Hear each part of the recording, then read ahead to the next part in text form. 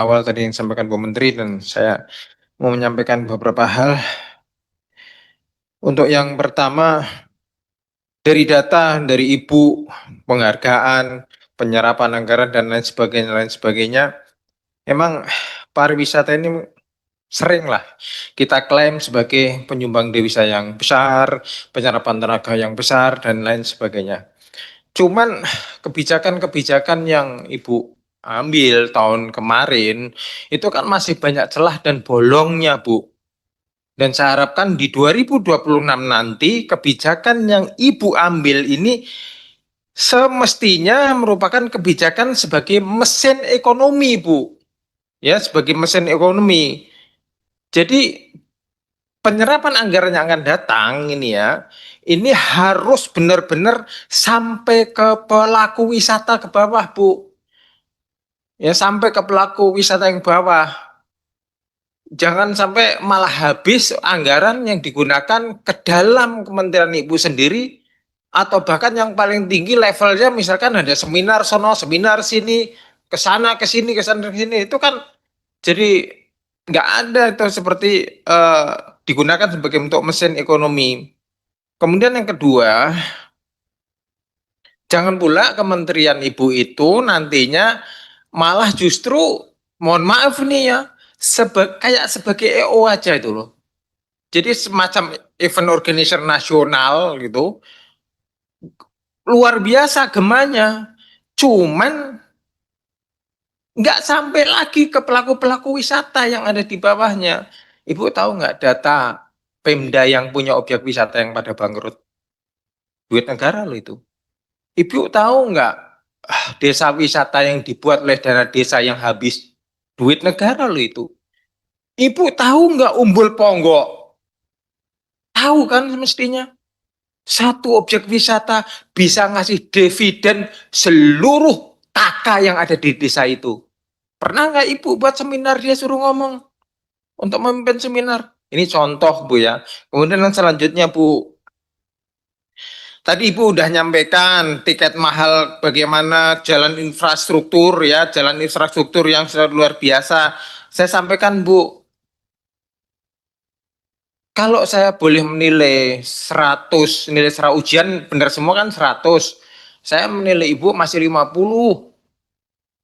Maaf nih Bu, Ibu seorang Bu Menteri yang paling cantik nih di kabinetnya Pak Prabowo.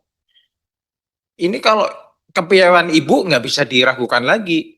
Ini kalau Ibu gunakan, pakai untuk bisa nembus seluruh kementerian yang ada hubungannya dengan Ibu, ini kan sangat luar biasa.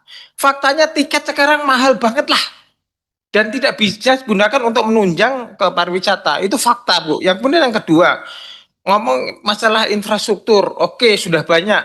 Faktanya kan masih terlalu banyak infrastruktur yang ke objek wisata yang rusak, Bu. Nah, ini izin masih ribet.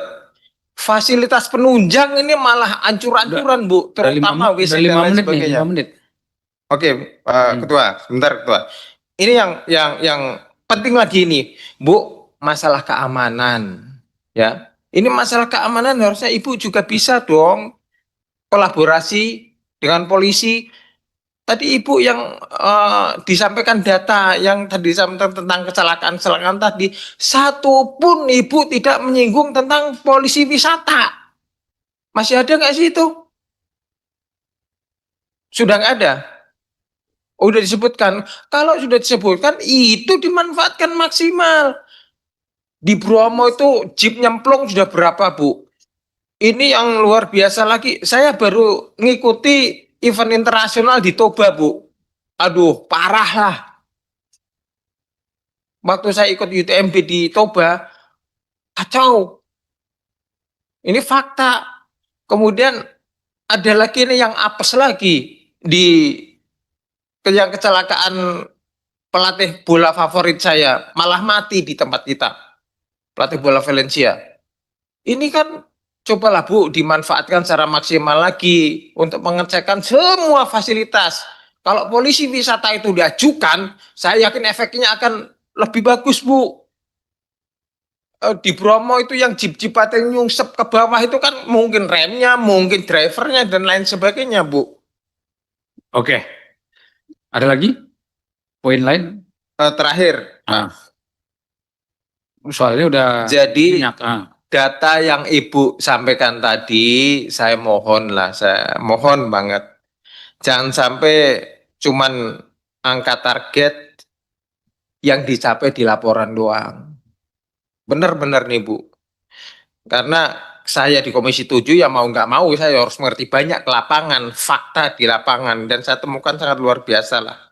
Jadi untuk 2026 saya mengingatkan agar anggaran dipakai benar-benar untuk kepentingan strategis, market driven, satu lagi harus granular. Terima kasih, Bu. Terima kasih, Ketua. Baik, terima kasih Pak Yon.